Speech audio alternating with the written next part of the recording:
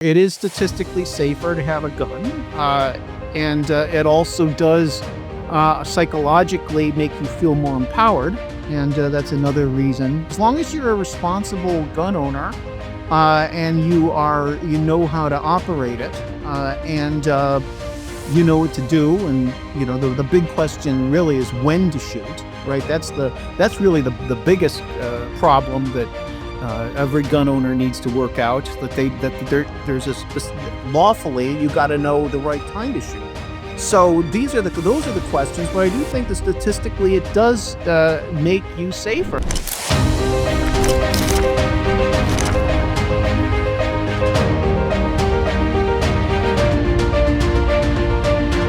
Welcome to The Contrarian. I'm David Bernstein. In a world filled with noise, I'm here to provide the signal. Hello, welcome to this edition of the Contrarian podcast. I'm your host, David Bernstein. I'm delighted to be here today with Professor Adam Fuller. Adam is the author of a pretty new book called The Armed Jew. And he is also, yes, thank you. And also he's showing the book. It's a very handsome looking book. And he is also a professor of political science and the Clayman Professor of Jewish Studies at Youngstown State University. So at least, I don't know if you're from Ohio like me, but you live in Ohio. Well, I didn't even know you're from Ohio. Well, yeah, I've been in Ohio for about 15 years. Yeah. Okay, great. Adam, really appreciate you being with us to discuss this. This may seem to people who have followed the Contrarian podcast a bit of a deviation, and it is from sort of the theme that I've been harping on with my co-host Phil Siegel around the new anti-Zionism. We wanted to sort of go deep on that and see what some of the new thinking there was, and I'm going to ask you about some of that because I know you have some thoughts. But I also have had this interest in exploring and writing about sort of a reconsidered Jew, post-October 7th Jew, or an October 8th Jew, to use Bret Stevens's parlance, and somebody who is resilient, strong, projects strength, stops apologizing, stops the special pleading, but also is mindful of security in a productive way, not a fearful way.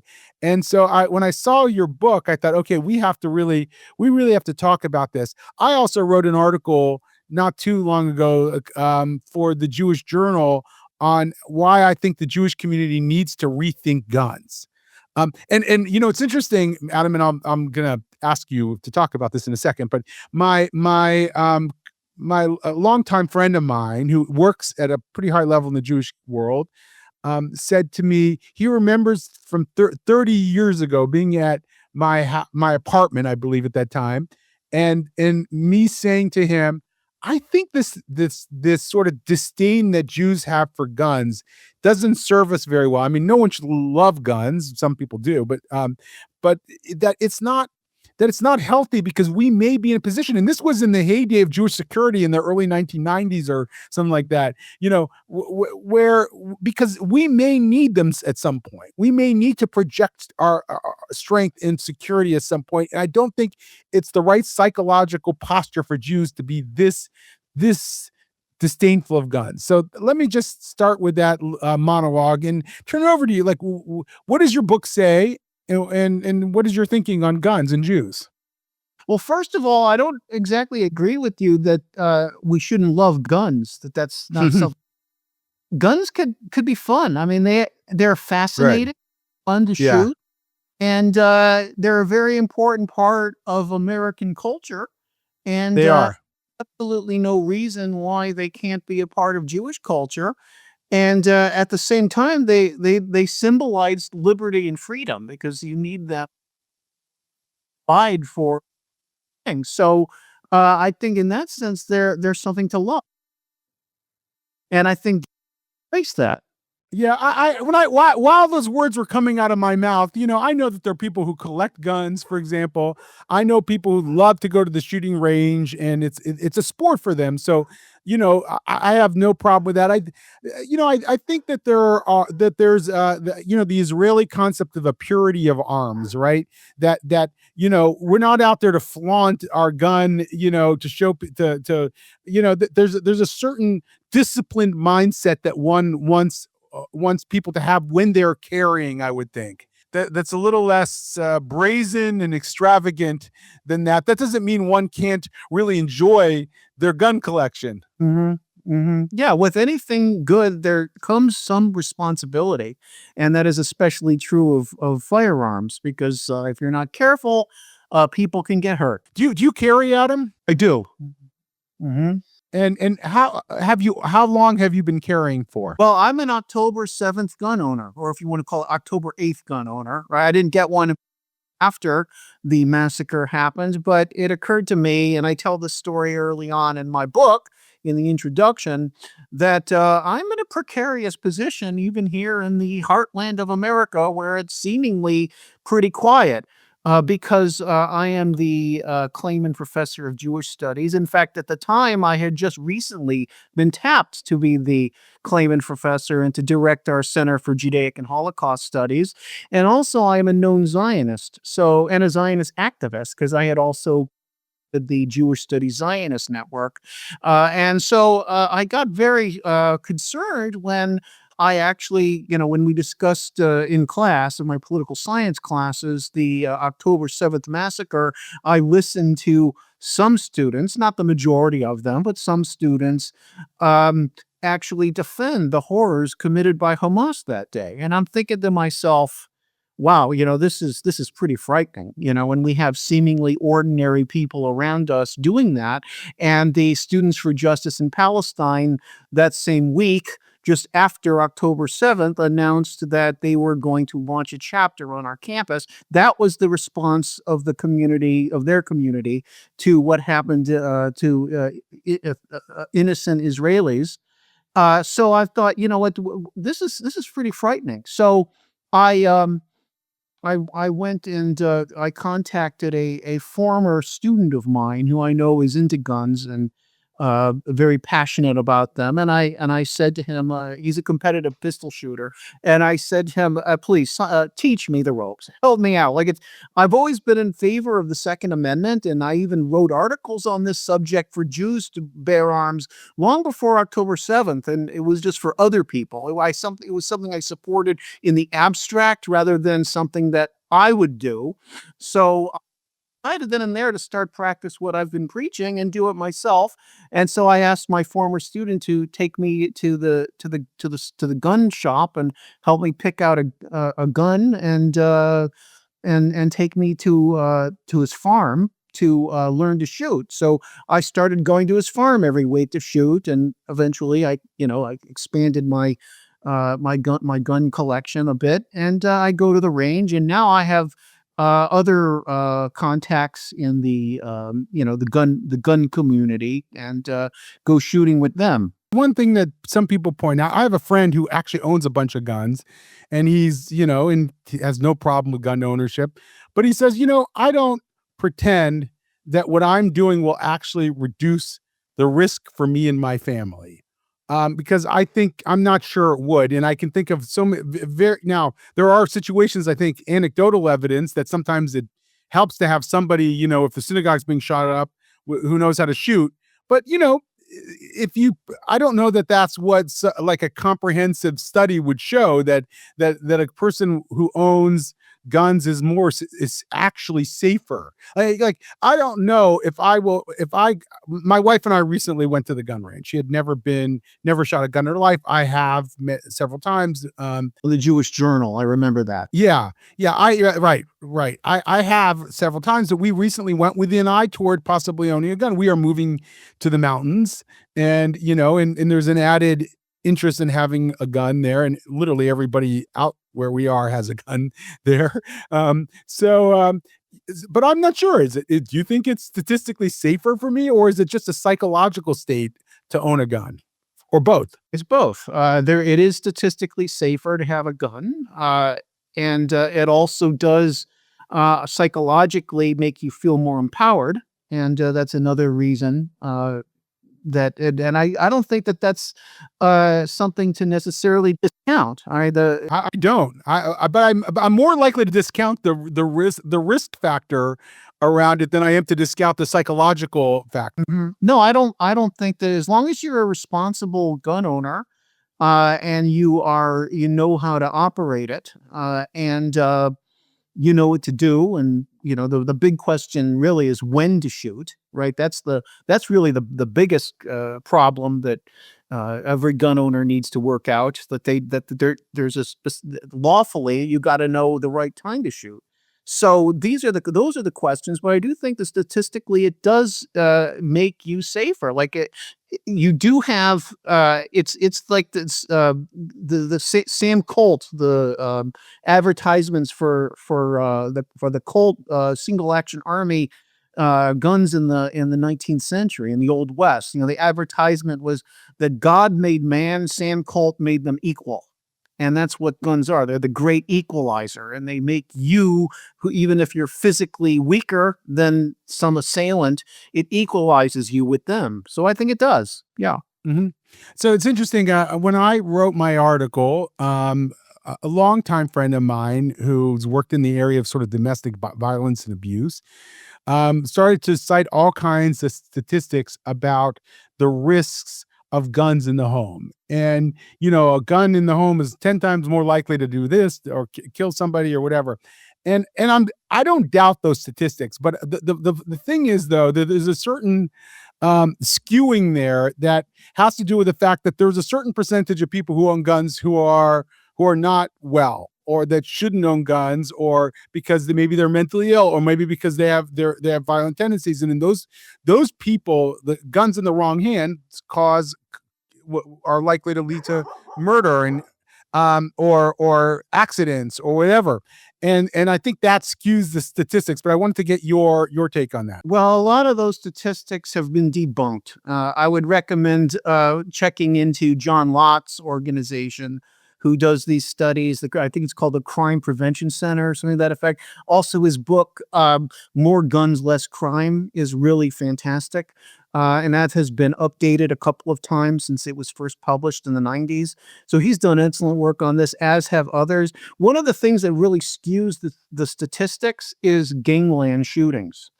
Right. And that's not exactly representative of suburban American society. That's the basis of what we're talking about here with, Jews in particular. Right. So let's go to this sort of like you're an October 8th gun carrying Jew. What about the Jewish condition itself made you think, okay, we need to carry now, or more Jews need to carry? What I mean, I know there's more there's the anti-Zionists. I mean, I've been, let loose, and there's a permission structure for a malign teacher to teach our kids all kinds of bad stuff, and there's a permission structure for a professor to accuse Israel of genocide. And and on the right, there's a permission structure now that may not have existed even a year or two ago for people to advance conspiracy theories about Jews killing Charlie Kirk or what have you. But those aren't, and then of course, while this is all happening, you're seeing more shootings in synagogues. I know I'm now making the opposite case, and you're seeing more, you're seeing more violence as well. But what about the October 8th mentality leads you to think that, okay, like I think a lot about strategy, like, okay, how are we going to counter these ideological trends? And those things don't require guns. Why guns? Well, so most of my life, everything's been relatively comfortable when it's from the standpoint of threats of anti-Semitism. Like I remember growing up, and even my early adulthood life, up until even maybe 10 years ago, I kept hearing from Jewish organizations, the Jewish establishment, that there's just a heck of a lot of anti-Semitism in America. And I'm looking around and I don't see it. I don't know what they're talking about, right?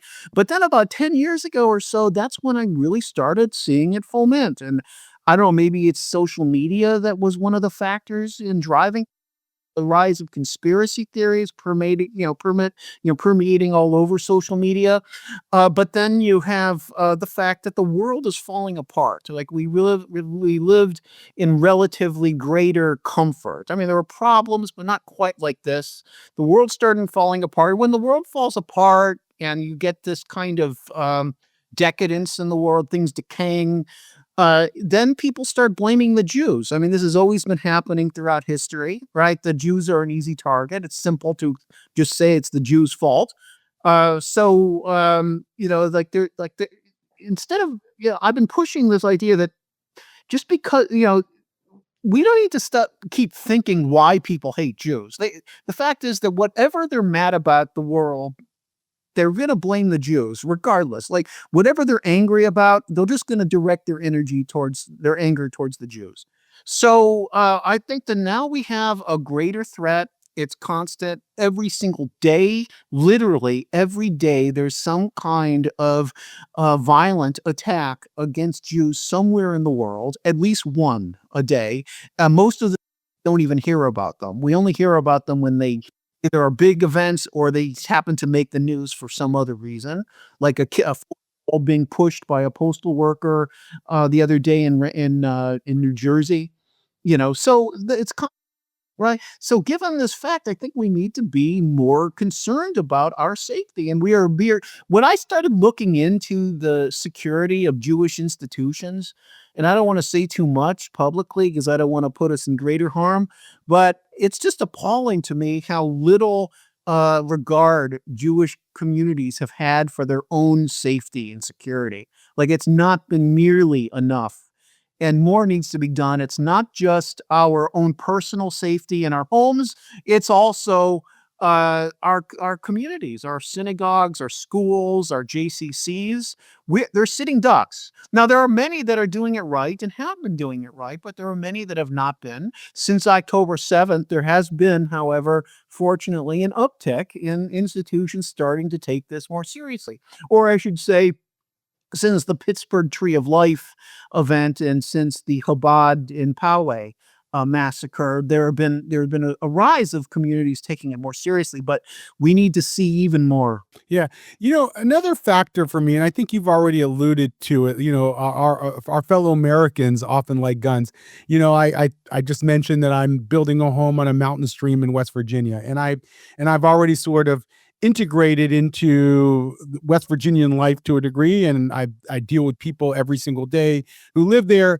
I think probably every one of them is a gun owner, and almost all of them hunt, or their spouse hunts. They in many areas in West Virginia, the opening of hunting season, people take off work and schools are closed. And that's the case in many parts of the country. It's not just a West Virginia thing. It's in places where we're hunting, rural areas in general. People hunt and fish. I like to fish. I don't hunt. Um, and and guns are part of their lives, are integrated into their lives. And I feel like this disdain that Jews tend to exhibit, not just Jews, like maybe liberals who live in urban areas tend to exhibit towards guns, creates a kind of disconnect, cultural disconnect that makes it hard to understand our fellow Americans. Now, that doesn't mean I have to agree with every gun owner. I can still say, I want there to be certain laws on the books, and maybe we should get in that next. Some laws, at least, on the books that regulate the use of guns. But I don't need to be so culturally alienated that I regard them as being freaks for having a gun. And what are your thoughts on that? Well, there's been this ongoing theory that you normally see in conservative intellectual writings that what is happening is America is turning into two nations sitting on one land. And got on one hand that kind of urban liberal elite kind of Starbucks mentality that they would never ever touch a gun, and they hate guns and they want to get rid of guns, and they eliminate the Second Amendment. And the other half is kind of that old style traditional country American heartland and the kind that loves hunting and shooting for sport, things like that. And the two cultures are disconnected, and they don't get each other. And Jews tend to be in that former camp, the liberal, urban elite camp. And I think that that's really wrongheaded. I think that there needs to be a greater appreciation for the other kind of American culture. Certainly, stop thumbing their being feeling like this their way is superior than the other. Right? Like there's something wrong. Yeah, agreed. Yeah. And maybe learn from it. Try to become more adaptive to it. I think that would be great. Yeah, I believe that. So let's turn for a second to gun control. I for a long time I believed we should ban assault weapons. I no longer think that, not because I want people to own assault weapons, but because I think it's politically impossible, and it just causes the kind of cultural alienation that we were just talking about. There's a lot of people who own assault weapons for hunting and for going to the shooting range and the like, and they just like shooting them, and they're not going to go and shoot up anybody. And there's so many assault weapons. I think I remember like around 30 or 40 million of them in this country anyway, that even if you did, you would still have so many of them on the street that the only people who would be denied of them are law-abiding citizens. So, but I still think like you could have mental health laws in place. You could have, what are some of the other, banning gun stocks, and I'm sort of forgetting. I'm not gun stocks. I'm blanking on the term. Bump stocks, right? Uh, yeah, and that might make sense. Do you favor any of it? Well, first of all, uh, assault weapons are illegal, right? And what we're calling assault, or what the media likes to call assault weapons, are not assault weapons. AR-15, the A in AR does not stand for assault. It doesn't mean assault rifle. It means Armalite rifle. That's what it stands for. It's named after the company that invented that. An assault rifle, which is used for war, is one where when you pull the trigger, it just keeps pumping out bullets, keeps pumping out ammunition, right? The legal, you have to keep squeezing the trigger in order to get a bullet to come out, right? So those are used in sport for hunting. And you occasionally see them used in mass shootings, but the vast, overwhelming majority of mass shootings in the United States are carried out with pistols, with handguns. They're not ARs. They're not assault weapons, and the reason for this is because the assault rifles are not conducive to shootings because they're not concealable, right? Whereas somebody can walk in with a couple of handguns and wreak havoc, but assault no.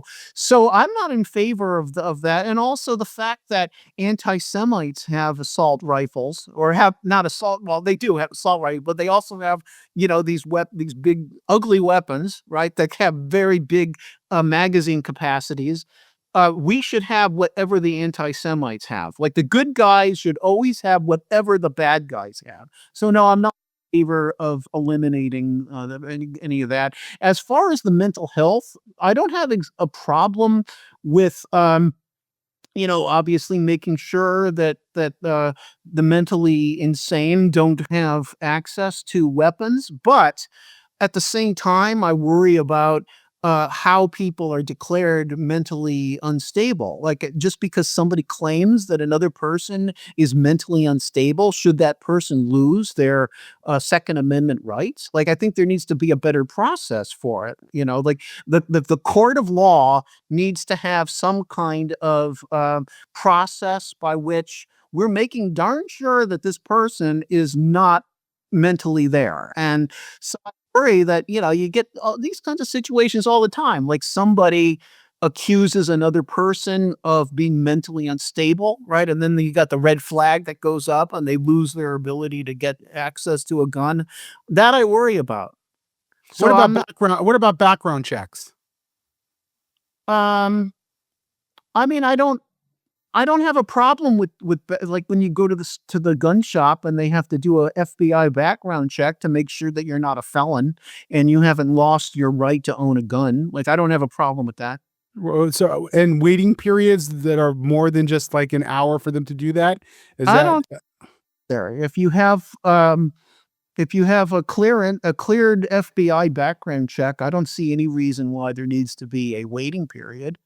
If that was a waiting period, I bought my gun and then I went to the farm and shot it like a couple hours later. Like, why should I have to wait 2 weeks just to get my gun?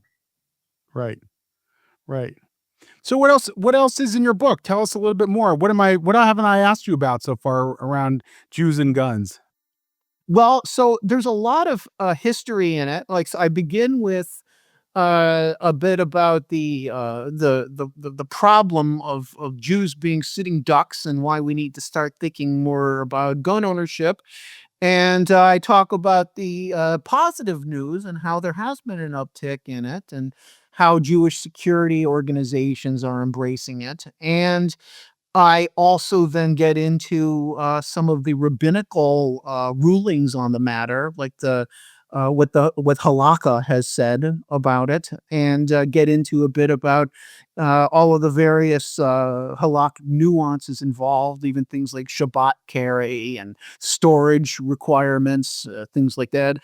Can women carry? There's a halakhic question on that. And then I get into quite a bit of the history involved because I want to show that Jews actually do have a historical experience with guns. Like this idea that Jews don't comes from this mentality that Jews have of themselves of being weak and timid, and that the Talmudic ideal of the Jew is the book learner, right? Who studies but doesn't go out and do anything physical. They were physically incapable, and I want to show that that's actually not true. So I have a lot of history there. Like, I have a chapter on Jewish gunslingers of the Old West. There were a few, and it's a really fascinating couple of stories I tell. I have a chapter on the Jewish gangsters and some of the things that they did, good, bad, and ugly. Some of the things that they did to even to promote safety of the Jewish community and Israel.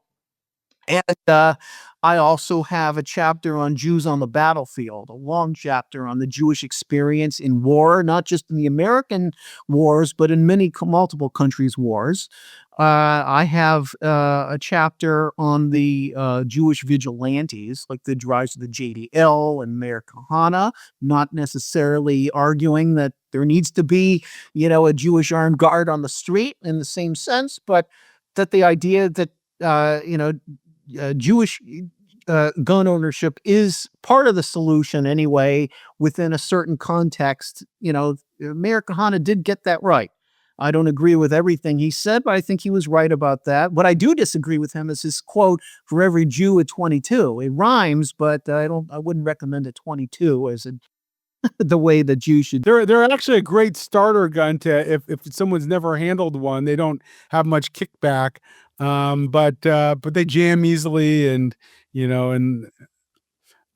what so if you're you had a student who walked you through gun ownership, now that you've become experienced, what would you recommend a new gun owner own? So first of all, I also want to add that another thing in my book is I have a set of interviews with a lot of contemporary gun owners, Jewish gun owners that I interviewed, and that's also a fascinating story. And that part of the book too, because if you're feeling kind of like this may be not for me, read that, because there's a very diverse array of people in there, and maybe hearing other people's stories might help you, and hearing my story may help you. Yeah, they're not all right-wing extremist MAGA types that own them. There are people with there are people who hunt and fish, and there are people who just for whatever reason feel more secure with Have a far leftist gun owner that I interview in there who takes his gun to Antifa rallies with him to protect himself from the white supremacists. might be problematic, but okay. But back to my question. I mean, do I get a Glock 19 or do I get a 38 revolver? I mean, I'll tell you why I'm asking that particular question. I told my dad that we went to the gun range. My dad's owned guns since I was a little kid. And I told him that, and he says, "Well, what are you thinking about getting?" I said, "A Glock 19." "Oh no, don't do that. Trust me, they get jammed all the time. Get a 38 revolver." It's you know. So what do you think? Mhm. Well, my answer is whatever gun is the most comfortable for you. Whatever gun, you feel the most comfortable shooting, whichever gun you enjoy shooting, whichever gun you like, that's the right gun for you. But you also need to consider the certain factors. So, um, there's a long debate in the gun community over whether or not semi-automatics are preferable to revolvers or vice versa. They both carry positives and negatives, right? A revolver doesn't jam nearly as much. You don't have mechanical problems with them. The problem with them, though, is that they don't have very high capacity. Like the wheel gun, certain number of slots in its chamber.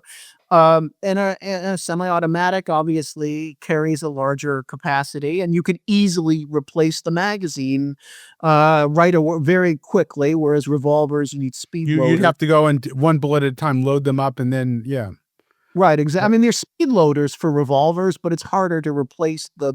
It takes longer to replace them than it would be for a semi-automatic. So I would say that whichever is more comfortable for you.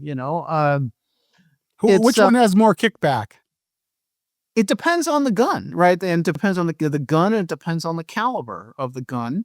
Obviously the 22 is not a good gun for your own safety, but it doesn't really have kickback. Like you said, it's a good starter gun.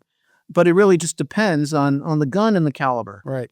So this is fascinating, by the way, and it's something I want to continue to think about and explore.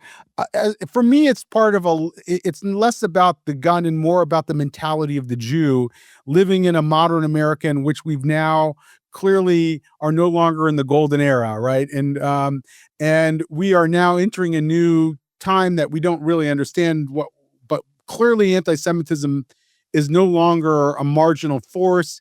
And it's something we're going to have to contend with, and we're feeling less secure because we are less secure than we once were.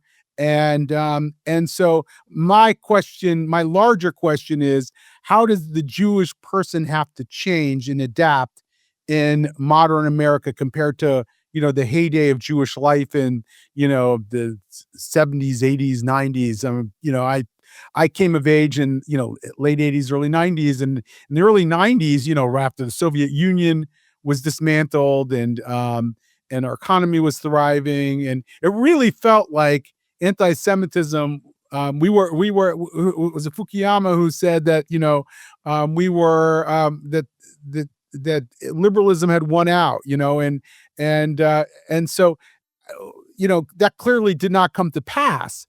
But it felt like a time when one could be very secure in not owning a gun. And I think we're in a very different age. So what is the psychological weaponry that we need um, to navigate the present and the future of Jewish life in America and elsewhere in the diaspora? So That by psychological weaponry. I'm not sure. in other words, let me give you an example of what I don't like. A predecessor head of an organization that I once headed recently said after the Detroit shooting that the Jews are tired.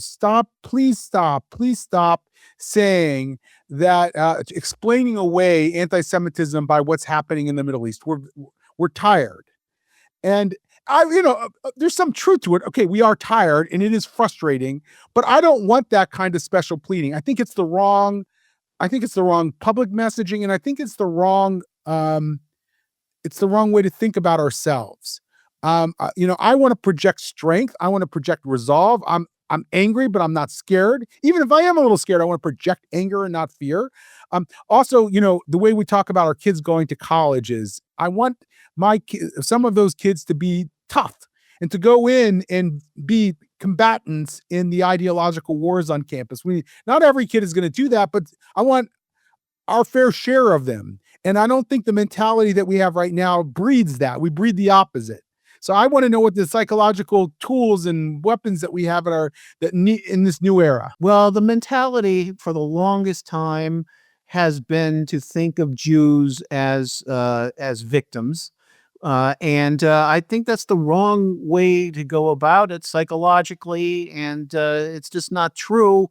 I mean, obviously we're victims, but that should not be the focus. You know that there are literally, if you go to Amazon and you type in as a search books on Jewish cemeteries, you will literally get like 100 hits. If you type in Jews and guns, you'll get a couple of them. One of them will be my book, right? There are literally many whole academic journals just on the subject of Jewish cemeteries. So it's like, Dara Horn's book, People Love Dead Jews. Love dead Jews, right? There's just so much focus on Jews dead, so much focus on the Holocaust. It's important to educate people on that, but there's not nearly enough focus on Jewish survival.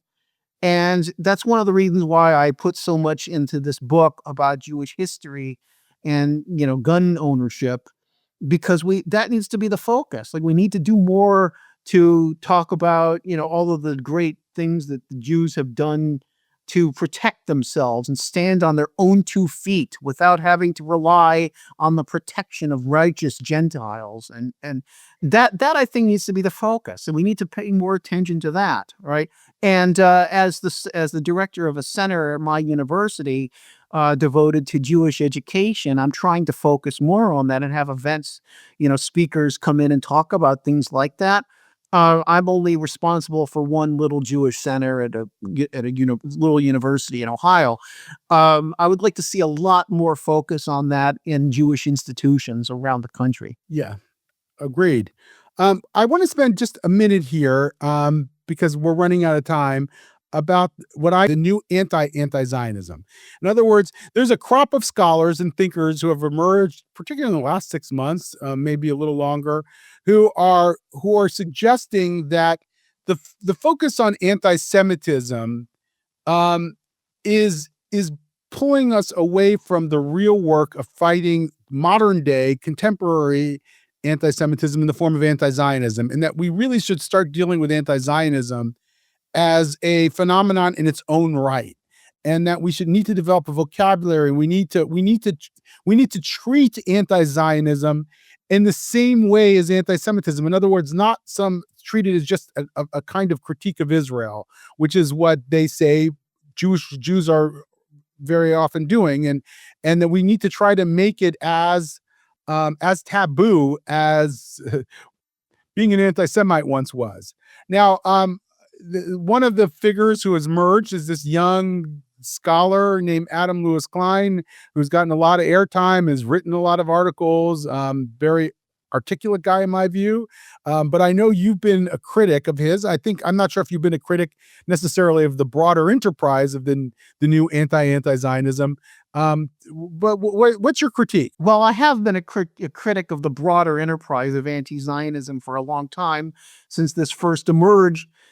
First off, I don't believe that. Well, first, it's a distraction. Like, it's not going to protect us. Like, changing the terminology is not going to make our lives any safer, right? So I don't really see what the goal is there. It's also not good legally, because the whole ecosystem of fighting anti-Semitism has been built around the terminology of anti-Semitism, right? If we're going to change the lingo in a confusing way, because now we got to really educate non-Jews as to why anti-Zionism is Jew hatred, and that's difficult of a case to make to Gentiles, even to Gentiles that are on our side. It's difficult to make that case. Also, it's hard to make the case because it isn't exactly true, because there is a kind of anti-Zionism that could in fact be benign. It's not necessarily hatred of Jews.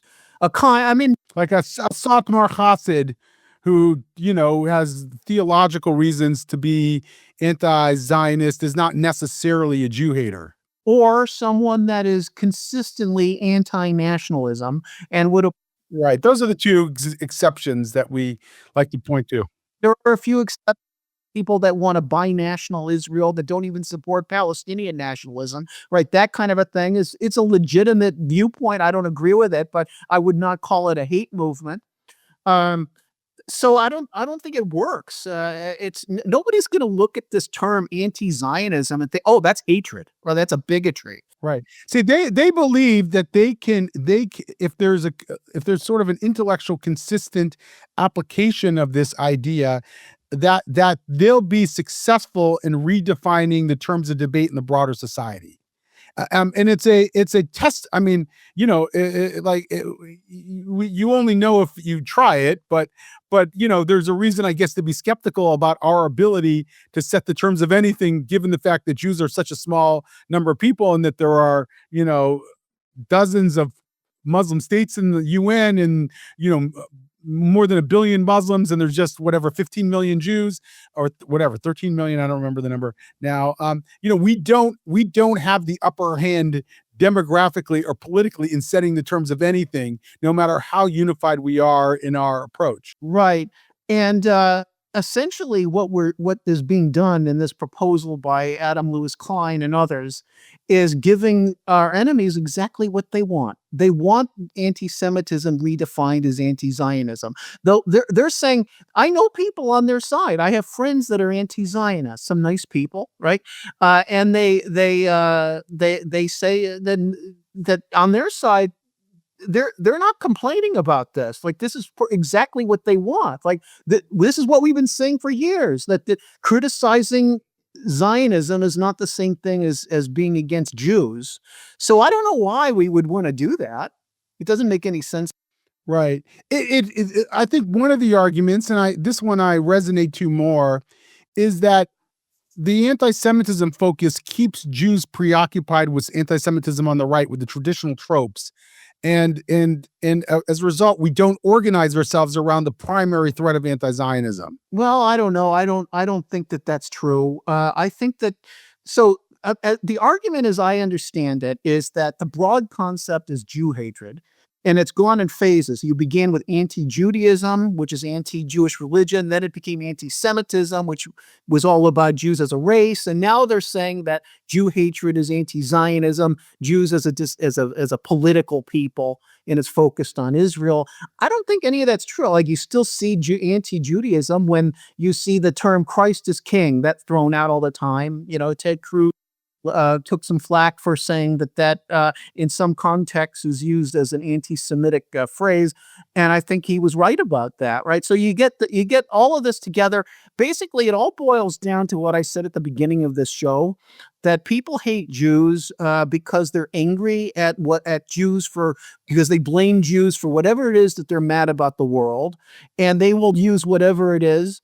The contemporary Israel is just the contemporary vehicle of Jewish power in the world, and it really is no different than any of the classical tropes that were used, but applied not towards the Rothschild Bank, but now to Israel. Like, it's the same story, but just different characters, and I don't really matters. Well, Adam, I really appreciate this conversation. I'm glad to get that critique. I may go deeper with you at some point on that. But congratulations on the book. I think it's an important book. I'm glad somebody wrote that book. I'm glad you wrote that book, The Armed Jew by Adam Fuller, The Case for Jewish Gun Ownership. And you can get it on Amazon, and we'll put it in the show notes. Also in the show notes, my article on that in the Jewish Journal too. And so anyway, this has been a great conversation. Looking forward to more. Thank you.